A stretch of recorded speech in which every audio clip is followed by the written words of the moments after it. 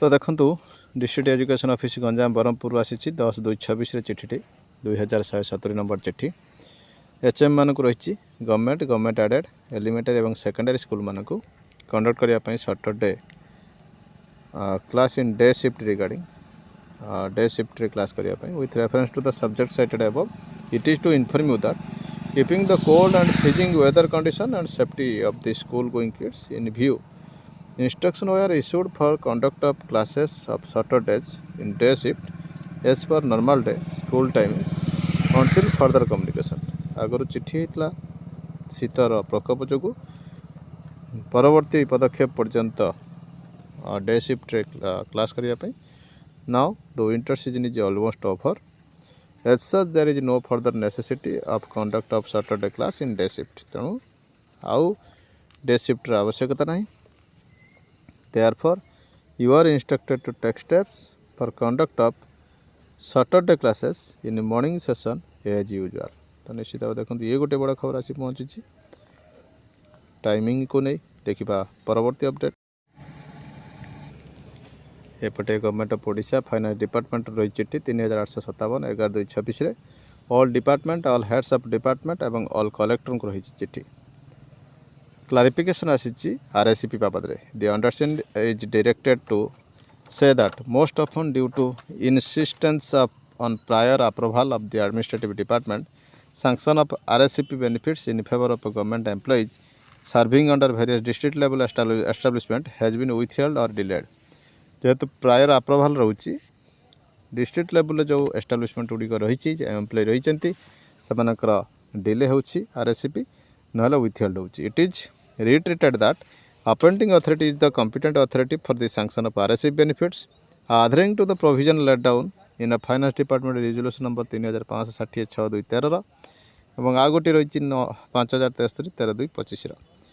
after careful consideration it is clarified that no separate specific administrative department approval shall be required for sanction of financial upgradations एथिपई कोनोसी स्वतंत्र आउ आवश्यक नहीं approval financial upgradation पाई following cases को case रे if the RSCP benefits are sanctioned by the appointing authority strictly in accordance with the relevant finance department resolution complying all procedural formalities सब प्रकार फॉर्मेलिटी फॉलो करी resolution को follow करी यदि आरएससीपी benefit दिया जाता है It is emphasized that in the course of fixation of pay under RSCP scheme रे जते पे fixation करा जाउची emphasize करा जाइची if any amount drawn or received by government servant is found to be in excess of the amount payable to her or him यदि तांको कोनोसी excess amount दिया जाय थाए the excess amount so drawn or received shall be recoverable from such government servant or from her his recoverable pensionary benefit to that effect she or he shall submit an undertaking देवे यदि मो excess amount नहीं था ताले recovery मो पाखर हेबो besides in case of any interpretational ambiguity policy implication felt during examination of individual cases यदि कोनोसी ambiguity आसे individual cases रे appointing authority shall seek advice or guidance from their next level higher authority before sanctioning such benefit तबे से तांकर higher authority पाखर advice नहीं परबे औसस file number अनुसार यह अप्रूवल होईची देखिबा परवर्ती अपडेट और सरकार द्वारा दिया गया कोई भी आधिकारिक बयान हमारे पक्ष में अगर देती है तो भी न्यायपालिका में कल को अगर कोई राहत मिलती है तो ये माना जाएगा कि सरकार ने तो पहले कह दिया था इसमें नया क्या है सरकार तो हमारे साथ पहले ही थी तो उस न्यायपालिका के उस संभावित आदेश की मौलिकता एक प्रश्नवाचक चिन्ह में आ जाती मेरी बात बहुत ध्यान से सुनिएगा विश्लेषण को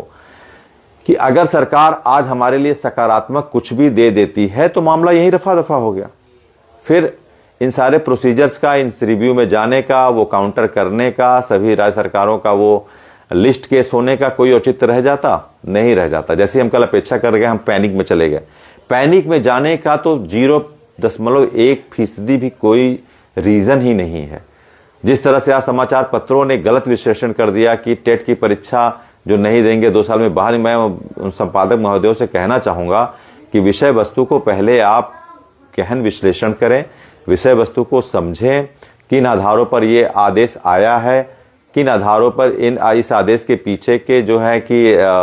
इनके रीजन क्या है, रूट कॉज क्या है, और उसमें गवर्नमेंट अभी जो सरकार है वो कोर्ट के रिव्यू में खुद गई है, उसमें बहुत सारे आए हैं। तो इस पत्र का गलत विश्लेषण करके आप शिक्षकों में पैनिक क्यों स्थिति उत्पन्न कर रहे हैं,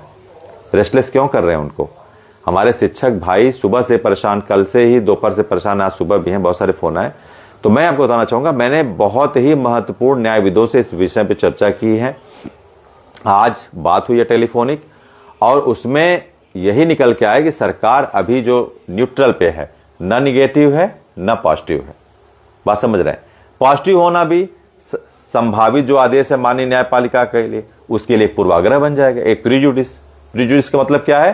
किसी भी जजमेंट के आने के पहले उस चीज की जानकारी हो जाना, या उस चीज की संकल्पना अपने मनोभाव में डाल देना कि हम यही फैसला देने जा रहे हैं। ये होती है प्रीजुडिस, है ना? तो वो भी सरकार नहीं करने वाली है, क्योंकि इससे जो आने वाला आदेश संभावित जो भी होगा वो बिल्कुल प्रभावित होगा सरकार के इस निर्णय से, सरकार के इस पट से। निगेटिव इसलिए नहीं कह सकती कि सरकार अभी ये जान रही है कि मामला रिव्यू में है, रिव्यू में किस तरीके से वो चीजें आएंगी, सरकार निगेटिव भी नहीं है। तो अभी सरकार न्यूट्रल है, इसीलिए सरकार ने मंत्री जी के सारे प्रश्नों का, मैंने अभी एक डाला था ना फेसबुक पे, आप लोग देखे होंगे कि 2 × 2 = 4, 3 × 2 = 4 और 4 × 2 = 4। मतलब 2 × 2 4, 3 × 2 4 और 4 × 2 भी 4। इसका मतलब ये है, ये सटायर है। सटायर ये है कि मंत्री जी, चाहे जो एक आरटी में किसी ने पूछा था, हमारे जो मित्र हैं एनसीटी से, तो प्रश्न आप कुछ भी पूछेंगे, जवाब हम वही लगाएंगे जो कोर्ट का आदेश आया है। कोर्ट का आदेश यही आया है, और उसी आदेश को उन्होंने एज इट इज कॉपी और पेस्ट कर दिया है। उसमें कुछ भी निगेटिव नहीं,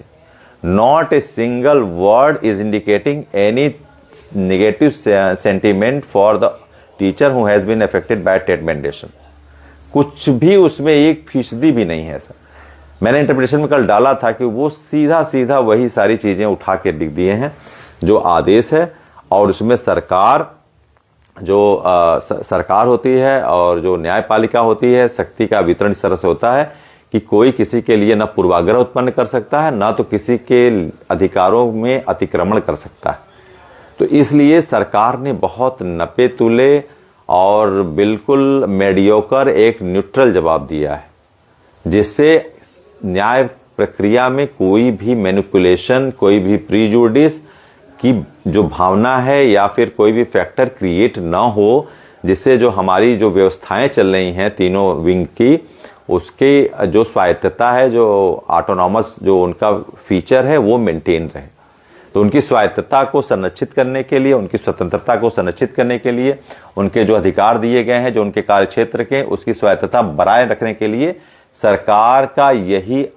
लिखना ही अपेक्षित था। अगर हम आप भी उस पोर्टफोलियो में, एमओएस में, मिनिस्ट्री ऑफ स्टेट्स में, एजुकेशन में रहते, तो हमारा भी जवाब इस समय के इस स्थिति में यही होता। मैं भी अगर रहता, आप भी अगर रहते, तो आप स्टेटस क्यों के ही उसमें जाते। आप यही कहते कि जो कोर्ट में मामला भी चल रहा है, तो हम इसमें अभी कुछ नहीं कर सकते, कोर्ट के आदेश को ही हम आपके प्रश्न के उत्तर के निहितार्थ हम लगाएंगे। अभी हम कुछ भी आधिकारिक नहीं कह सकते। न तो हम सकारात्मक आपके बारे में बोलेंगे, क्योंकि न्याय प्रक्रिया चल रही है, तो हम पहले बोल देंगे तो फिर उनका कोई औचित्य मतलब नहीं रह जाएगा रिव्यू में जाने का। दूसरी बात, हम निगेटिव इसलिए नहीं बोल सकते कि वो न्याय प्रक्रिया में है, अभी क्या उसके आउटकम आएंगे वो भी नहीं पता है। लेकिन मैं आपको बताऊं, जो इनका मेन फीचर है वो है नोटिफिकेशन 2010 का और संशोधित 2011 का, जिसके आधार पर सारी बातें हो रही हैं कि उसी के आधार पर मिनिमम जो एलिजिबिलिटी है वो टेट की है। टेट की मिनिमम एलिजिबिलिटी उसमें मेंशन किया जा रहा है, एम्फेसाइज किया जा रहा है। एम्फेसाइज यही किया जा रहा है कि आरटी एक्ट के अनुसार मिनिमम एलिजिबिलिटी का जो परिभाषा है वो बिल्कुल साफ इंडिकेट करता है कि वो टेट है। पहले तो हम इसके बारे में एक व्याख्या करेंगे अपने विश्लेषण में कि कोर्ट में हम जब जाएंगे तो एनसीटी के उस चार्टर की व्याख्या करेंगे कि एलिजिबिलिटी है या क्वालिफिकेशन है, वो सारी बातें आएंगी। लेकिन अगर ये एलिजिबिलिटी है तो 23 अगस्त 2010 के बाद और 29 जुलाई 2011 के बाद के लोगों के लिए है, ना कि पहले। अगर ऐसा नहीं होता तो 29 ये जो 2019 में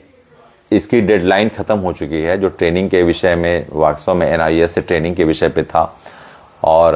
प्रशिक्षण लेने के विषय पे था, मिनिमम एलिजिबिलिटी के विषय पे था। तब तो 7 सालों से किसी भी तरीके का नोटिस हमको इशू नहीं किया गया, तो हमारे लिए वो था ही नहीं। 2026 चल रहा है, 7 साल बीत गए। वो हमारे लिए अगर रेलिवेंट होता तो सरकार हमको नोटिस करती कि आपके लिए जो डेडलाइन